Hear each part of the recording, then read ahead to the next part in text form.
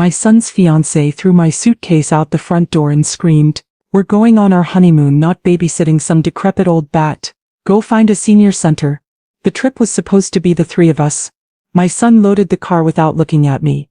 I picked up my suitcase. I went home. When they landed in Hawaii, they learned their reservation was canceled and rebooked under my name at a different resort where I was having a wonderful time. Before we continue, I just want to say thank you for taking the time to hear my story. If you're comfortable, let me know where you're listening from and what time it is where you are. Now let me tell you my story. It was 6 o'clock in the morning, and I was standing on my front lawn with my suitcase, watching the sunrise paint the Chicago sky in shades of pink and gold. I was excited, more excited than I'd been about anything in the 2 years since my husband James died. Hawaii. 7 days in Maui. Beautiful beaches, warm sun, tropical breezes, a chance to feel alive again instead of just going through the motions of existence. I'd been up since 4 a.m., too excited to sleep. My suitcase was packed with new resort wear I'd bought specifically for this trip: linen pants, colorful tops, a new swimsuit I'd been nervous about buying at my age. I had my carry-on with my medications, my e-reader loaded with books, and a folder with all our travel documents. The trip was supposed to be me, my son Daniel, and his fiancée Monica. A pre-honeymoon vacation, Daniel had called it. A chance for us to bond before the wedding in 3 months. I heard a car engine and looked up to see Daniel's SUV turning onto my street. I smiled, waving. This was it. The trip that would help me move forward after 2 years of grief and loneliness. The car pulled into my driveway, and I could see Monica in the passenger seat. I grabbed my suitcase handle and started walking toward them. Then Monica's door flew open. She jumped out of the car like she'd been launched, her face twisted with anger. "What are you doing?" she screamed. I stopped, confused. "Getting in the car? For our trip." "Our trip?" Monica's voice was shrill enough that I saw my neighbor Mrs. Patterson's curtain twitch. "This is our honeymoon, not a charity vacation for some decrepit old bat." The words hit me like a physical blow. I actually stepped backward. "But Daniel said you wanted me to come. He said it was your idea. I never wanted you there." Monica was practically vibrating with rage. "Daniel guilted me into including you because he felt sorry for you." Well, I'm done pretending. She marched across my lawn, grabbed my suitcase right out of my hand, and threw it onto the grass. "Go find a senior center or a bingo hall or wherever old people go. We don't want you." I looked past her to the car, where Daniel sat in the driver's seat. Our eyes met through the windshield. "Daniel?" My voice sounded small, broken. "Is this real?" He looked away, just turned his head and stared straight ahead like I wasn't even there. "Daniel, please," I called out, louder now. "You invited me. I paid for my portion of the trip." "I don't care what you paid." Monica stepped between me and the car. "You're not coming." "God, you're so pathetic, clinging to your son like this. He's getting married. To me, I'm his family now. You're just in the way." I heard the car start backing out of the driveway. Daniel finally spoke, his voice barely audible through the window. "Mom, maybe Monica's right. Maybe this should just be us. I'll call you when we get back." And then they were gone. I stood there on my lawn at 6 o'clock in the morning, in the outfit I'd carefully selected for travel, with my suitcase lying in the dewy grass, watching my son drive away without me. Mrs. Patterson opened her front door. "Helen, are you all right?" I couldn't answer. I just picked up my suitcase and walked back into my empty house. My name is Helen Washington, and before I tell you about what I did next, about the canceled reservations in the presidential villa, and the wonderful man I met, you need to understand who I am and how I got to that moment. I'm 64 years old, born and raised on the south side of Chicago, went to Northwestern on a scholarship, studied accounting, graduated near the top of my class. I met James Washington during my first year at a Big Four accounting firm. He was a senior accountant 5 years older than me, with the warmest smile I'd ever seen. We fell in love over spreadsheets and tax returns. Got married within a year. James had a dream: start his own accounting firm, serve Black-owned businesses, help our community build wealth, create something that would last. We started Washington & Associates in 1985 with 2 desks in a small office and determination. I was 29, pregnant with Daniel, and scared out of my mind. But we made it work. James was brilliant with clients. Warm, trustworthy, strategic. I was brilliant with operations, efficient, organized, detail-oriented. Together we built something special. 35 years later, we had 50 employees, offices in 3 cities, and a client list that included some of the biggest Black-owned businesses in the Midwest. We sold the firm 5 years ago. James's health was declining. High blood pressure, diabetes, a heart condition that worried us both. We got $12 million for the business we'd built from nothing. $6 million for him. $6 million for me. We planned to travel, spend time with Daniel, enjoy our grandchildren when they eventually came. We had dreams of seeing the world together. James died 2 years ago. Massive stroke. He was here one moment laughing at something on TV and gone the next. He left me everything. His $6 million plus life insurance, plus our investments. I was suddenly a woman alone with approximately $14 million and no idea what to do with it. I'd lived modestly my whole life.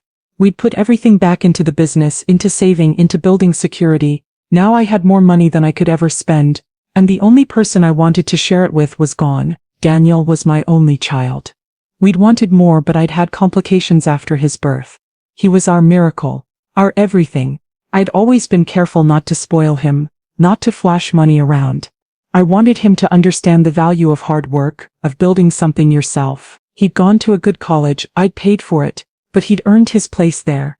He'd gotten a good job in corporate consulting. He was doing well, making around $90,000 a year. I was proud of him. Then he'd started dating Monica. I'd met Monica about a year ago. She was 29, beautiful and very concerned with appearances. She was a social media influencer. Something I didn't entirely understand, but that apparently meant she got paid to post photos of herself wearing clothes and eating at restaurants. She had 50,000 followers on Instagram and was always talking about building her brand. Daniel was smitten. He'd been single for a while, and Monica was exciting, glamorous, different from anyone he'd dated before. I'd tried to like her. Really tried, but every interaction felt performative. She'd call me Helen in a way that felt deliberately dismissive. Never Mrs. Washington, never Mom, even after they got engaged. Just Helen, like I was her peer instead of her elder. She'd post photos of herself and Daniel with captions like "my self-made king" and "building an empire together." I always wondered about the self-made part. Considering I'd paid for his education and helped with his first car and given him the down payment for his condo. But I kept quiet. Daniel loved her. That was supposed to be enough. 6 months ago, Daniel had come over looking nervous. "Mom, Monica and I want to do a pre-honeymoon trip to Hawaii before the wedding. You know, one last vacation before all the wedding craziness." "That sounds wonderful, honey. The thing is," he paused, looking uncomfortable, "Monica's worried about you." "Worried about me? You've been alone since Dad died. You don't go out much. You're always home." "Monica thinks, we both think, maybe you'd want to come with us." I'd been stunned. "Sweetheart, that's your pre-honeymoon. You don't want your mother tagging along." "We do want you there," Monica insisted. "She said you're family and we should include you. She said it'll be fun, like a girls' trip energy with some couple time mixed in." I'd been so touched. Maybe I'd been wrong about Monica. Maybe she did care about becoming part of our family. "If you're sure, we're sure. It'll be great, Mom. 7 days in Maui. This amazing resort. Beach, sun, relaxation. You deserve it." We'd started planning, looking at excursions, talking about dinners, imagining lazy days by the pool. I'd been so happy, so grateful to be included. What I didn't know was that it had all been a lie. After Daniel and Monica drove away that morning, I sat at my kitchen table for a long time just staring at nothing. Then I opened my laptop and pulled up the travel folder I'd meticulously organized. Maui Grand Resort. 7 days. Deluxe Ocean View Suite. Confirmation number, HW847392. Name on reservation, Helen Washington. I looked at that confirmation number for a full minute before the realization hit me. HW, Helen Washington. The reservation was in my name. Because I'd made it. Actually, I'd done more than make it. I'd paid for the entire thing. I opened my credit card statement from 6 months ago and scrolled through the charges. There it was. Maui Grand Resort. $12,000 for 7 nights in a deluxe ocean view suite. Below that, Hawaiian Airlines. 3 round-trip tickets Chicago to Maui. $2,100. And island car rentals. Full-size SUV for 1 week. $600. In Maui Adventures excursion package. Lula snorkeling tour. Helicopter ride. $1,800. I added it up. $16,500. I'd paid for the entire trip. The memory came flooding back. Daniel had come over about 6 months ago, looking stressed and embarrassed. "Mom, I need to ask you something about the Hawaii trip." What is it, honey? It's more expensive than Monica and I thought. The resort alone is $12,000 for the week, and with flights and the car and excursions, we're looking at about $15,000 total. We're trying to save money for the wedding. Monica wants a big wedding, and it's going to be expensive. Is there any way you could help? I thought he meant help with his portion. Maybe a few $1,000s? Of course I'll help. How much do you need? Well, if you could cover your portion, that would really help us out. Maybe $4,500. I'd looked at my son, my only child, who worked hard, who was starting his life with someone he loved, and I'd made a decision. Let me pay for the whole thing. Mom, you don't have to. I want to consider it an early wedding present. You and Monica work so hard. Let me do this for you both. He'd hugged me tight. Thanks, Mom. You're the best. Monica's going to be so grateful. Monica's going to be so grateful. I wondered if she'd ever known. If Daniel had ever told her that his mother had paid for the entire trip, or if she'd just assumed they were paying for it and I was lucky enough to be included. I looked at the clock. 6:45 a.m. Their flight left at 8. They were probably at the airport by now, going through security, excited about their vacation. The vacation I'd paid for, the vacation I'd been thrown off like garbage. I picked up my phone and dialed the Maui Grand Resort. It rang 4 times before someone answered. A cheerful voice. Aloha, Maui Grand Resort. How may I help you? Yes, hello, I need to make some changes to a reservation. Confirmation number HW847392 under Helen, Washington. One moment please. I heard typing. Yes, Mrs. Washington, I have your reservation here. Check-in is today at 3 p.m. How can I help you? I need to modify the reservation. I need to remove 2 guests and change some details. Certainly. Can you verify the card on file for security purposes? I read off my credit card number, the one that had paid for everything. Thank you, Mrs. Washington. What changes would you like to make? I need to remove Daniel Washington and Monica Lewis from the reservation entirely. The reservation should be for only 1 guest. Just me. Of course. So it will be just you checking in this afternoon, correct? Also, I'd like to upgrade my room if possible.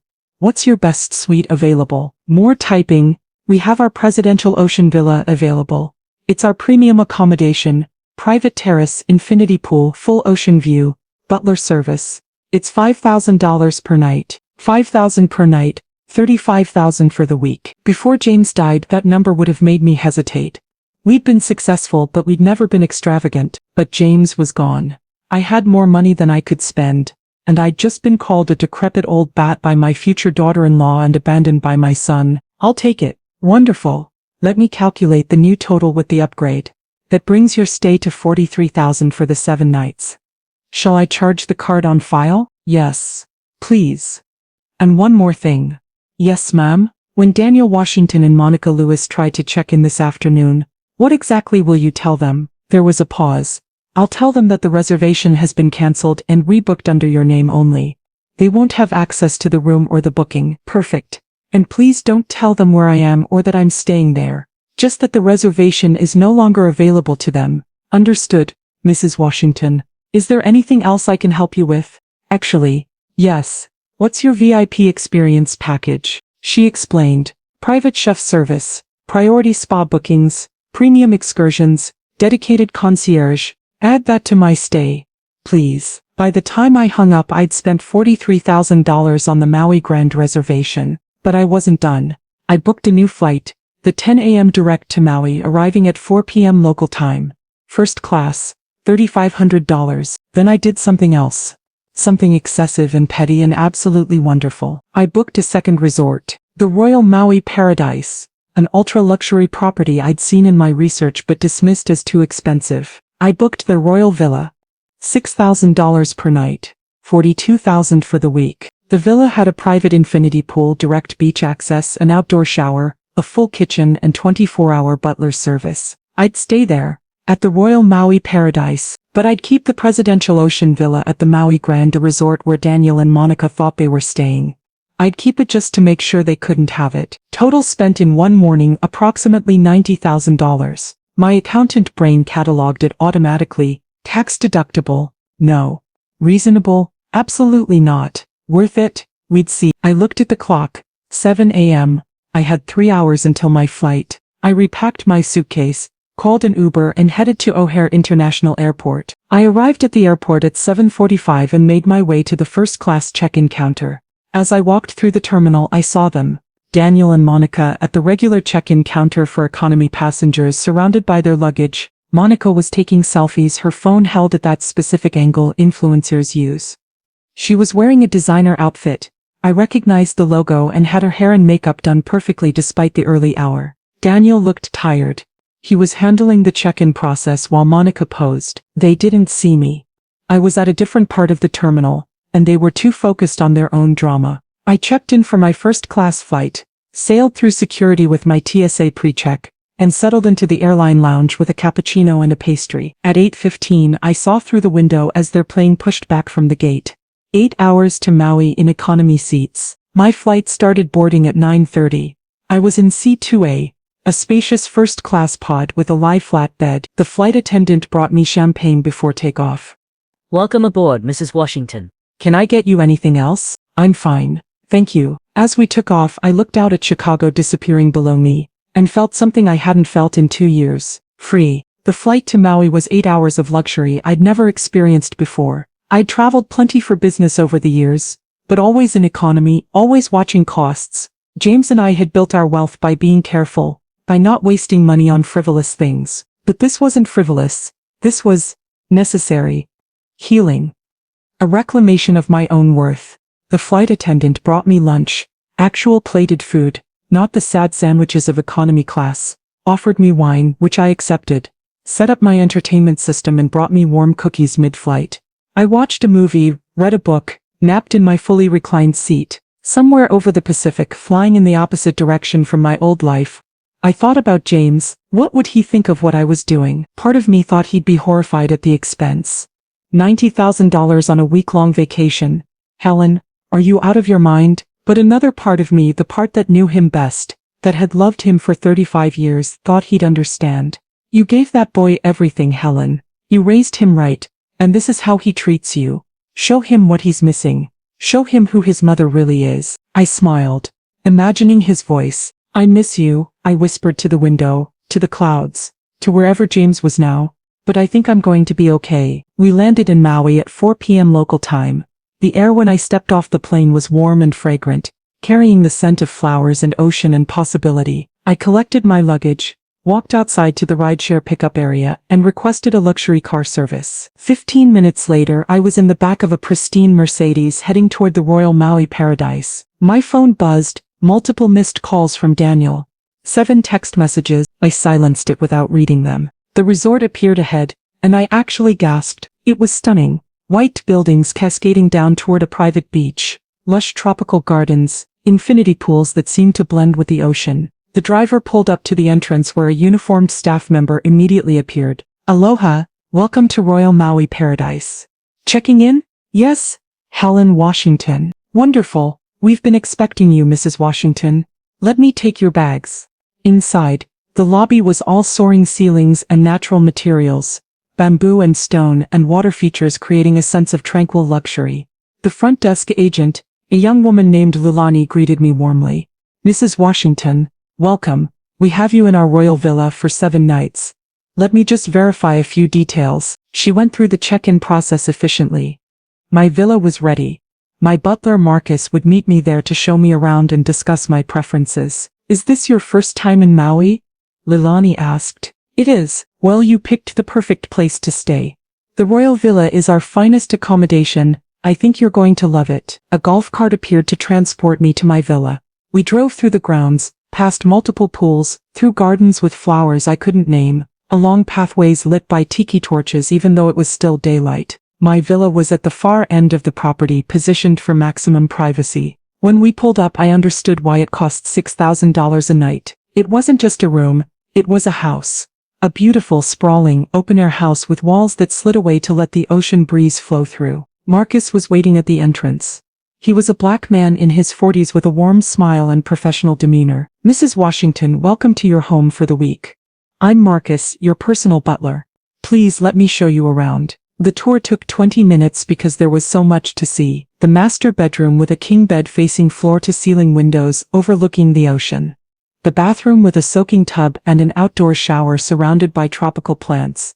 The living area with comfortable furniture and a state-of-the-art entertainment system. The kitchen fully stocked and available for the private chef service I'd ordered. The dining area, both indoor and outdoor. The terrace with the infinity pool that seemed to spill right into the Pacific. This is incredible, I said. We're glad you're pleased. Now let's discuss your preferences.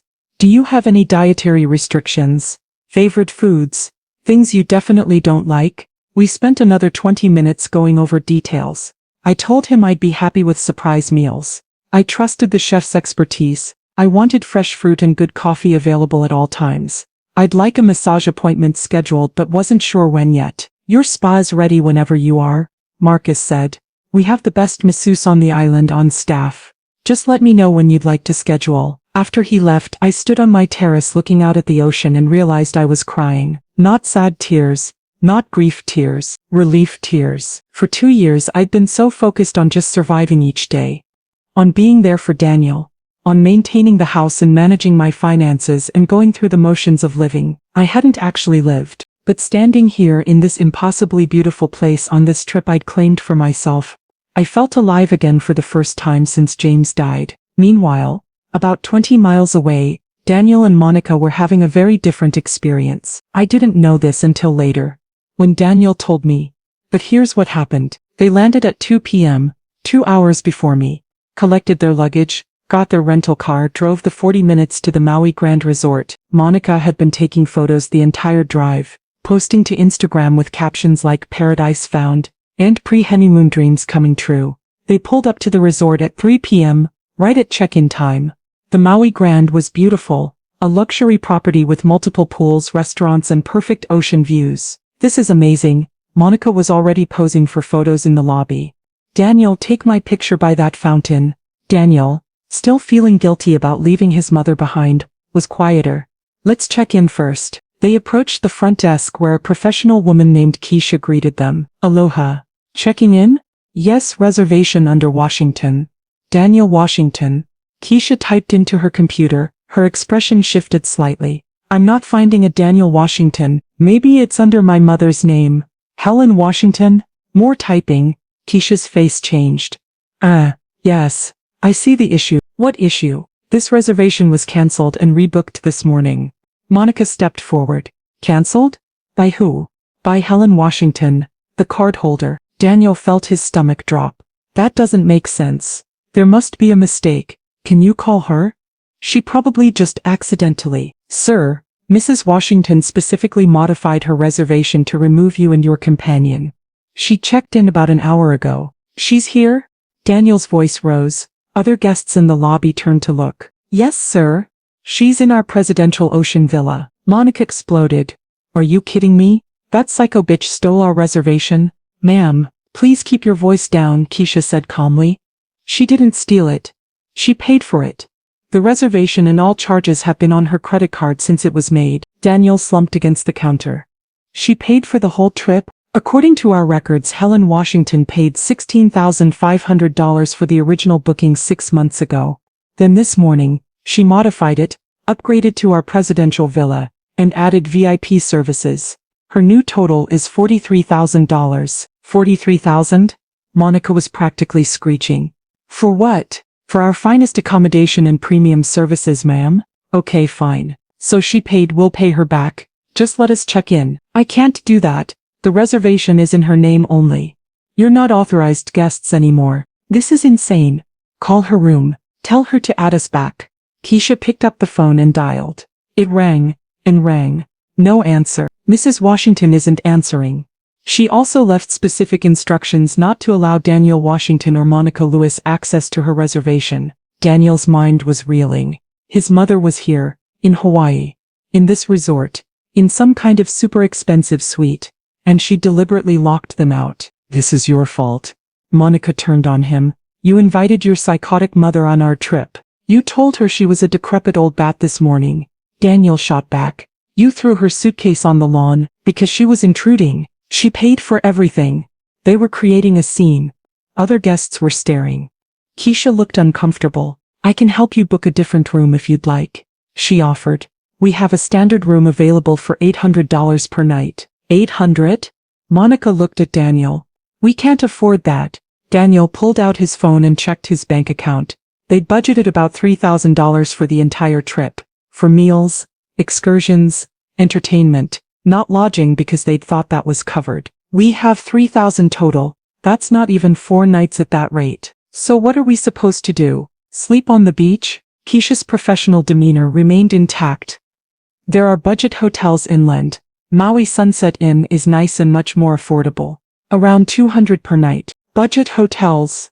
Monica looked like she might cry. This was supposed to be luxury. This was supposed to be perfect. I've been posting about this trip for weeks. This is your mother's fault, she shouted at Daniel. Your psycho mother ruined everything. They ended up at the Maui Sunset Inn, a budget hotel about 15 miles inland. It cost $79 per night, the cheapest they could find. It was fine, clean, basic, with 2 double beds and a view of the parking lot. But it wasn't the Maui Grand Resort. It wasn't the ocean view suite they'd been expecting. It wasn't the luxury pre-honeymoon Monica had been photographing in her mind for months. Monica was having a breakdown. I can't post this on Instagram. This is humiliating. Everyone thinks we're at a 5-star resort. Maybe you should just tell people the truth, Daniel said tiredly. The truth? That your mother is a petty, vindictive old woman who stole our vacation? That makes us look pathetic. We are pathetic. We treated her terribly and she paid for the whole trip. We deserve this. We deserve this? We deserve to be stuck in some highway motel while your mother lives it up at a luxury resort. Yeah, Monica, we do. I can't believe you. You're actually defending her. She called you a decrepit old bat. She threw her suitcase on the lawn, and I just sat in the car and let it happen. Yeah, I'm defending her. Monica stared at him like she'd never seen him before. You're supposed to be on my side. I'm your fiancée, and she's my mother. The woman who raised me, who paid for my education, who helped me buy my condo, who apparently paid $16,000 for this trip as a gift, and we repaid her by abandoning her on her front lawn. So what? You want to just give up? Go home? Maybe we should. No, I've been posting about this trip for weeks.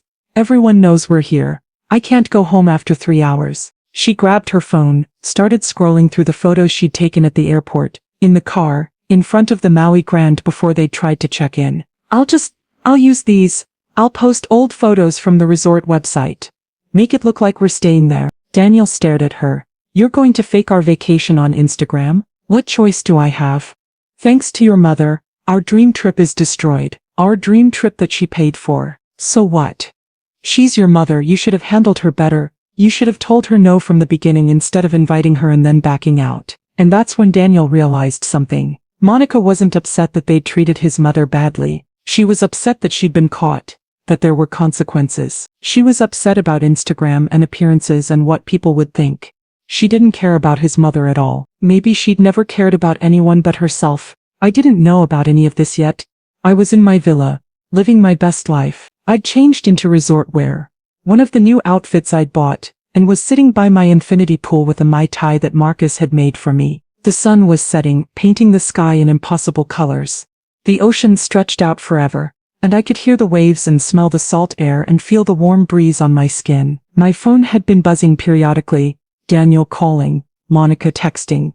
I'd glanced at a few of Monica's messages. Your petty games are ruining our trip. You're a bitter old hag who can't stand to see your son happy. We're going to sue you for this. I blocked her number. Daniel's messages were different. Mom, please call me. I know you're angry. I'm sorry. Please, can we talk? Mom, please. We're stuck at a terrible hotel. Monica's having a breakdown. Please, call me back. I didn't respond. Not yet. I needed this time for myself first. Marcus appeared with a tray. Mrs. Washington, Chef Keone has prepared your dinner. Seared ahe tuna with mango salsa, coconut rice and grilled asparagus. Would you like to eat on the terrace? That sounds perfect. The food was incredible. Fresh, flavorful, beautifully presented. I ate slowly, savoring every bite, watching the stars come out over the ocean. After dinner I walked down to the beach. My villa had private access, and at night, with tiki torches lighting the path, it felt like something from a dream. I stood in the surf letting the warm water wash over my feet, and thought about James. I'm okay, I said out loud. I'm actually okay. For the first time since he died, I believed it. The next morning I woke up in the most comfortable bed I'd ever slept in. Sunlight was streaming through the floor-to-ceiling windows. I could hear birds and waves and wind chimes. I put on a robe and walked out to the terrace where Marcus had already set up breakfast. Fresh fruit, pastries, excellent coffee, and a view that should have cost more than $6,000 a night. It was priceless. "Good morning, Mrs. Washington. How did you sleep?" "Like I haven't slept in years." "Wonderful. Your spa appointment is at 11. If that still works for you, perfect." I spent the morning reading by the pool, swimming, just existing without purpose or pressure or grief weighing me down. The spa was in a separate building, a tranquil space with water features and soft music and the scent of plumeria. My masseuse was a woman named Kelani, who had hands that seemed to find every knot of tension I'd been carrying for 2 years. "You're holding a lot of stress in your shoulders," she observed. "I've had a difficult couple of years." "Well, we'll work on releasing some of that." 90 minutes later I felt like a different person, relaxed, loose, light. I had lunch at the resort's restaurant, a beautiful open-air space overlooking the ocean. I ordered fresh fish and a glass of wine and watched the waves. And that's when I saw him. He was sitting alone at a nearby table, a distinguished-looking black man with silver hair and a kind face. He was reading a book, an actual physical book, not a phone, and seemed completely comfortable in his own company. Our eyes met briefly. He smiled.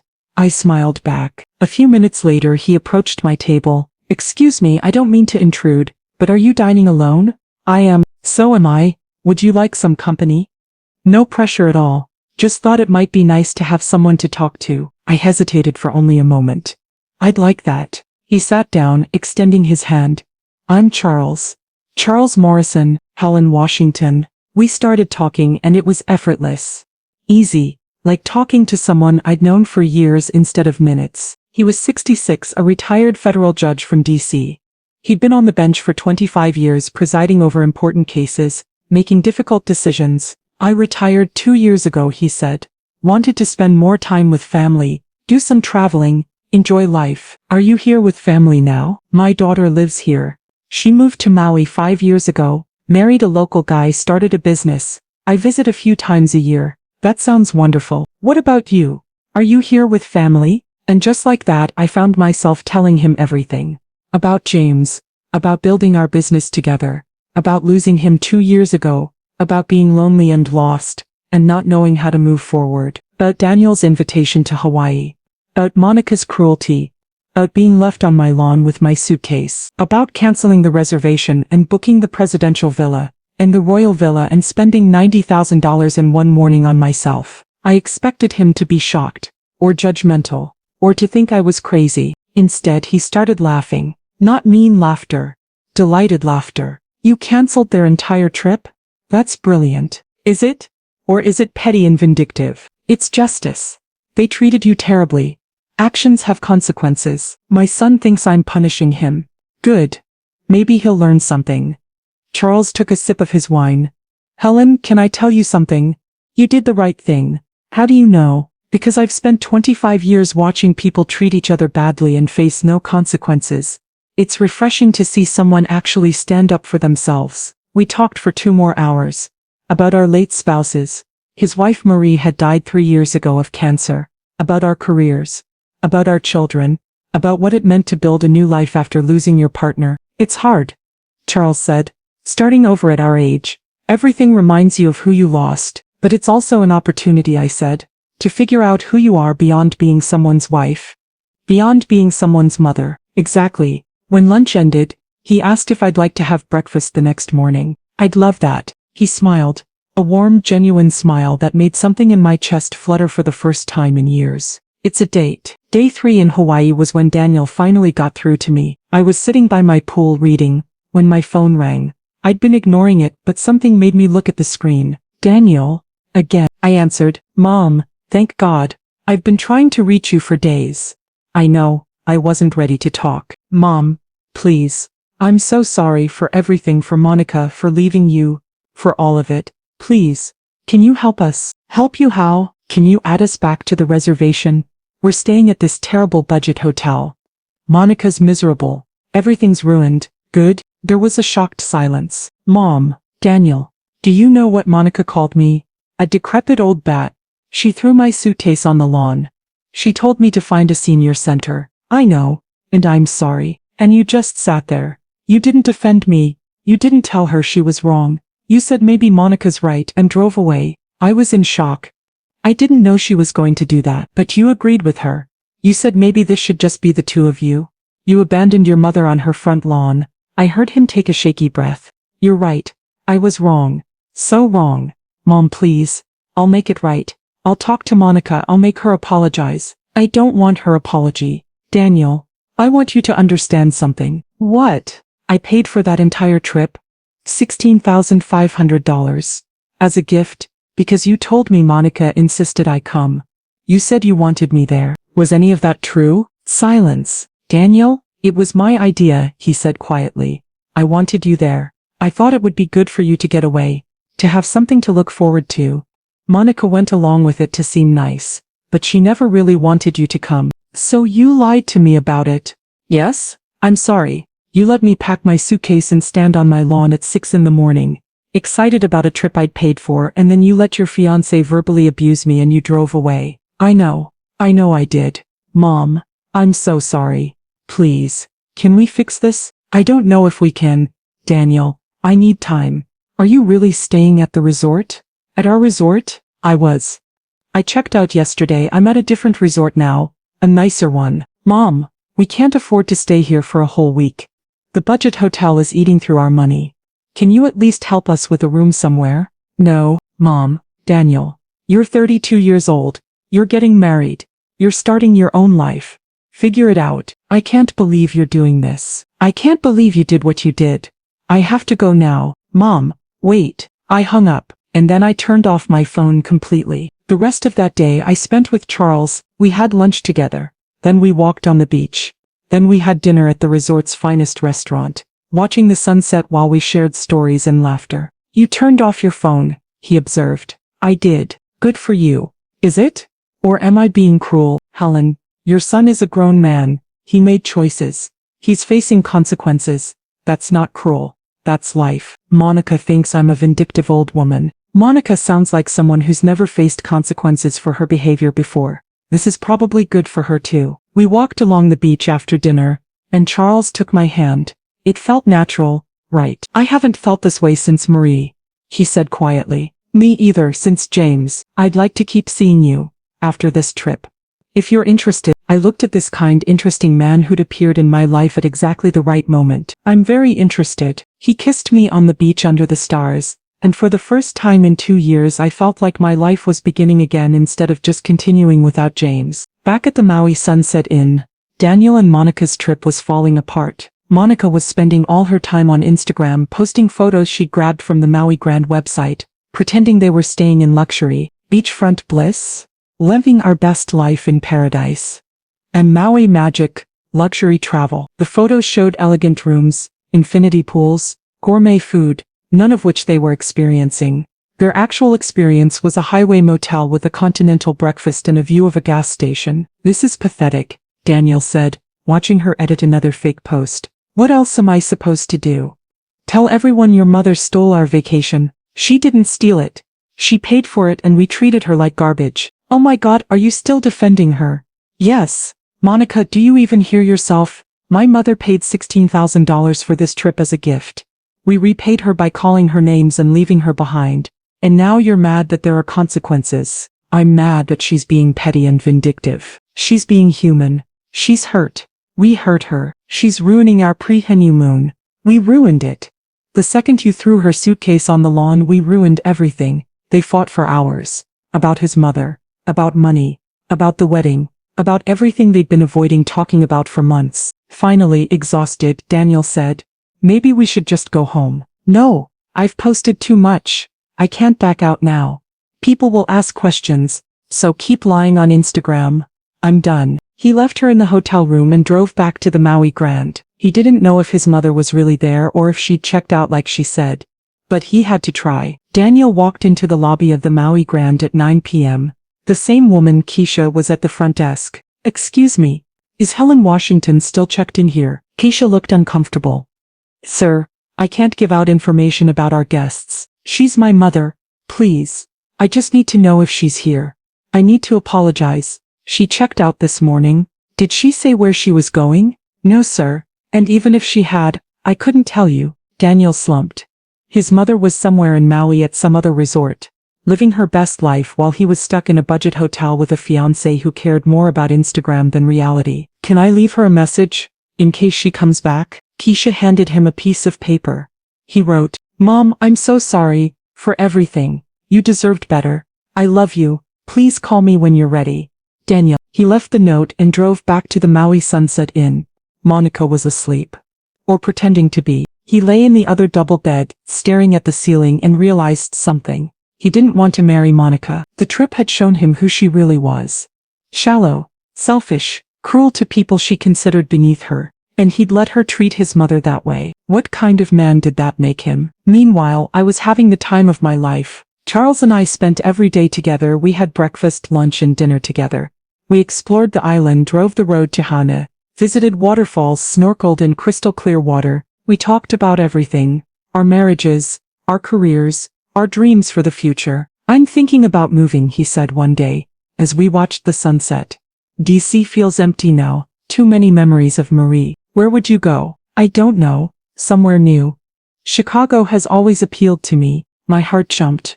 Chicago? Too forward? No. Actually, perfect. On our last night in Maui, Charles took me to an incredible restaurant in a private location he'd reserved. Helen, I know this is fast. We've only known each other a week. But I haven't felt this way since Marie. I don't want to lose this. Neither do I. Would you be interested in seeing where this goes? Seriously, I could visit Chicago. You could visit DC. We could figure it out. I'd like that very much. We flew back to the mainland on the same day, him to DC, me to Chicago, but with plans to see each other again in 2 weeks. I returned to my house feeling refreshed, renewed and genuinely happy for the first time in 2 years. Daniel and Monica returned to Chicago the same day I did. Their relationship didn't survive the trip. 3 days after getting home, Daniel showed up at my door. I hadn't seen him since that morning a week and a half ago when he'd driven away without me. Mom, can we talk? I let him in. We sat at my kitchen table. I'm not marrying Monica. I was surprised. Daniel, I saw who she really is in Hawaii, how she treated you, how she blamed everyone but herself, how she lied on Instagram about where we were staying. She spent the whole week posting fake photos pretending we were at a luxury resort while we were stuck in a budget hotel. She never apologized for what she said to you, never took responsibility, just blamed you for everything. I can't marry someone like that. Are you sure? This is a big decision. I've never been more sure of anything. Mom, I'm so sorry for lying to you about the trip, for not defending you, for letting her treat you that way. I was weak. I was so focused on keeping Monica happy that I forgot about being a good son. Can you forgive me? I reached across the table and took his hand. I forgive you. But Daniel, you can't call off your wedding because of me. You have to do it because it's right for you. Monica showed me her true self. I can't spend my life with someone who thinks it's okay to call my mother a decrepit old bat and throw her suitcase on the lawn. What will you do now? Take some time. Figure out who I am without her. Maybe talk to someone, a therapist. Work on being a better person. I'm proud of you. I don't deserve that. You're making a hard choice. That takes courage. We sat quietly for a moment. Mom, how was your vacation? Really? I smiled. It was wonderful. I met someone actually. His eyebrows rose. You did? His name is Charles. He's a retired federal judge. We spent the week together. We're going to keep seeing each other. Daniel grinned. A real, genuine smile I hadn't seen in months. That's amazing, Mom. You deserve to be happy. So do you. You'll find the right person, someone who treats you and your mother with respect. I'm sorry I wasted $16,000 of your money on a trip we ruined. Actually, I spent $90,000 in Hawaii. 90,000? I laughed. I upgraded everything. Presidential villa, royal villa, first-class flights. The works. You went all out. I did. And it was worth every penny. 6 months passed. Charles moved to Chicago.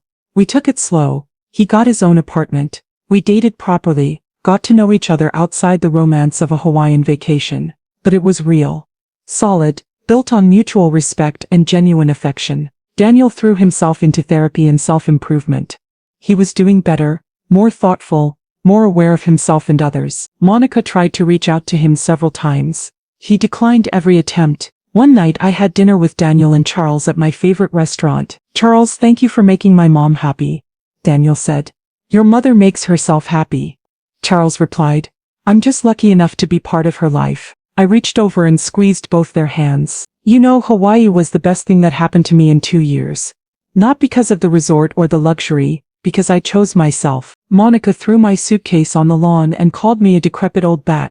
My son didn't defend me, and for a moment, I felt worthless. But then I remembered who I am, what I've built, what I'm worth. So I went to Hawaii anyway, by myself, and I had the time of my life. I met Charles. I remembered that my life didn't end when James died. I'm not just Daniel's mother or James's widow. I'm Helen Washington. I'm 64 years old. I built a successful accounting firm. I raised a good son who made a mistake, but learned from it. I have $14 million that I earned. Monica thought I was pathetic. Told me to find a senior center. Instead, I found a presidential villa.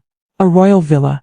A week of absolute luxury. And a wonderful man who sees me for who I really am. That's not revenge. That's self-respect. Daniel smiled. "You taught me a lesson, Mom. Don't treat people badly just because you can. Especially the people who love you." "Did you learn it?" "I did, finally." Charles raised his glass. "To Helen, the woman who turned a disaster into a triumph." We clinked glasses. I thought about that morning 6 months ago. Standing on my lawn with my suitcase, watching my son drive away, feeling discarded and worthless. I thought about the phone call to the resort, the decision to spend $90,000 on myself, the first-class flight, the private villa, the week of luxury. I thought about meeting Charles, about laughing on the beach, about feeling alive again. Monica was still in Chicago somewhere, probably still posting fake photos on Instagram, still pretending her life was more glamorous than it was. Daniel was here, having learned a hard lesson about respect and consequences. And I was here, happy, in love, living a life that was truly mine. "What are you thinking about?" Charles asked. "About how sometimes the worst moments lead to the best outcomes. The trip that wasn't supposed to happen. The trip that changed everything." I'm Helen Washington.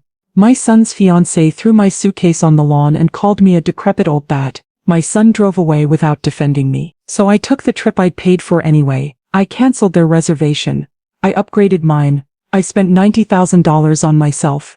And when they landed in Hawaii expecting luxury, they found a budget hotel and consequences. While I had the time of my life, I met a man who values me. I remembered who I am beyond grief and motherhood. I reclaimed my joy. That's not petty.